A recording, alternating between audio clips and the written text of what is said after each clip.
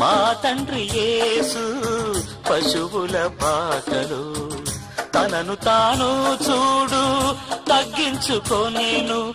కుమారుడు క్రీస్తు ఒలివల తోటలో, కుమారుడు క్రీస్తు ఒలివల తోటలో మోకాళ్ళ కన్నీళ్ళ ప్రార్థించే చూడు.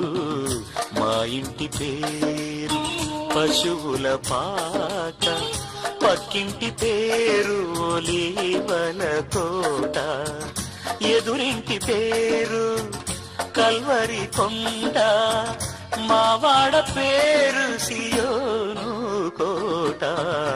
మా ఇంటి పేరు పశువుల పాక, పక్కింటి పేరు ఒలివల తోట.